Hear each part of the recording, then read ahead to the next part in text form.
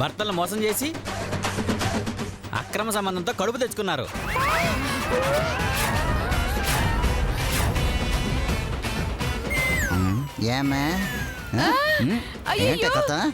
అలాంటి వాళ్ళకి మేము గుడ్లు కాదు కదా, దానిపైన పెంకులు కూడా ఇవ్వం. మమ్మల్ని అక్రమ సంబంధం పెట్టుకున్నావంటావా? నిన్ను మమ్మల్ని క్యారెక్టర్ లేని ముష్టి గుడ్ల కోసం గర్భవతులు అనే నాటక పడితే మిడి గుడ్ల నా మొగుడు కూడా నన్ను అనుమానిస్తున్నాడు. ఇక నీ గుడ్లు వద్దు, నీ బొంద వద్దు. ఇప్పుడు ఈ తిండ్లు తీసి వీళ్ళ మొహాన్ని కొడతాము. అక్క తీయక్క.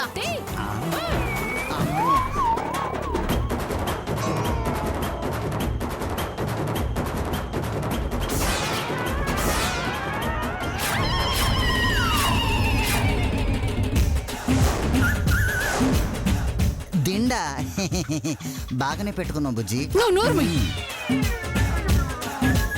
సూపర్ అత్తయ్య గారు. 30 గుడ్ల కోసం 3 నెలల కడపని చెప్పి వీళ్ళని చీట్ చేశారు. కొంపతీసి పోలీసులకి ఫోన్ చేస్తారేమో. ఏమండి ప్లీజ్, కావాలంటే తప్పు చేసినందుకు ఫైన్ వేయండి, అంతేకాని అరెస్ట్ మాత్రం చేయకండి.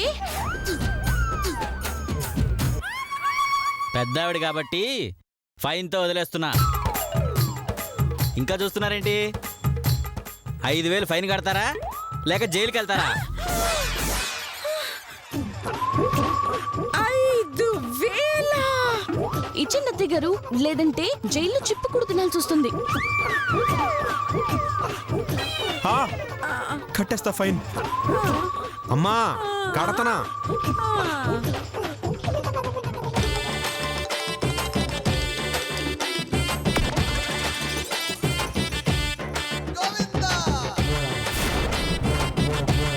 ఏమ్మా ఇదంతా నాటకం అని మాకు ముందెందుకు చెప్పలేదమ్మా? చెప్పే అవకాశం మీరు నాకు ఇచ్చారా? మీరు మీ పెళ్ళాలు కలిసి 10,000 కట్టండి, లేకపోతే నెల రోజులు ఫుడ్ కట్టు. వెళ్ళండి, వెళ్ళండి. అది కాదు బుజ్జి.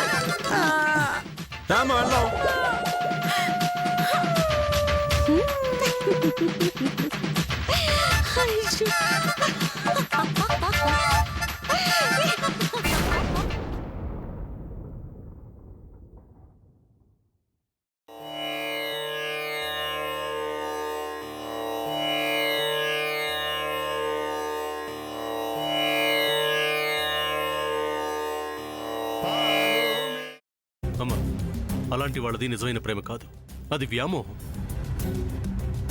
ఎగ్జాక్ట్లీ చిన్నత్త, నిజంగా ప్రేమించుకున్న వాళ్ళు అలా చేయరు. ఎంత మనసు విరిగిపోతే కన్న కూతుర్ని పట్టుకొని మా దృష్టిలో చచ్చిపోయా ఉంటుందా తల్లి? అది సరే అమ్మా, తన కూతురుతో తన మాట అనేటప్పుడు ఆమె మాటల్లో వ్యథ, కళ్ళల్లో బాధ గమనించావమ్మా? పెద్దబాబుకు బర్త్డే విషెస్ చెప్పు కూడా వెళ్ళాం కదా. ఊరికే ఎలా కాలిపోతుంది? మంట పెడితేనో పడితేనో తగలబడుతుంది.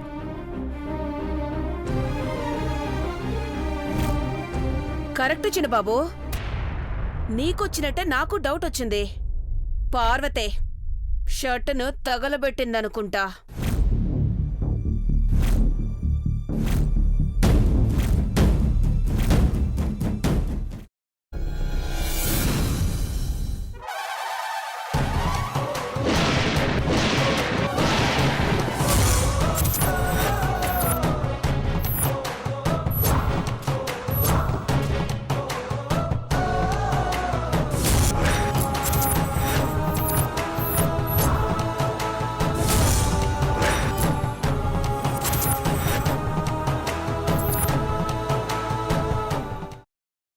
తర్వాత పొట్టు తీసేసి చాప్ చేసి పక్కన పెట్టుకోవాలి.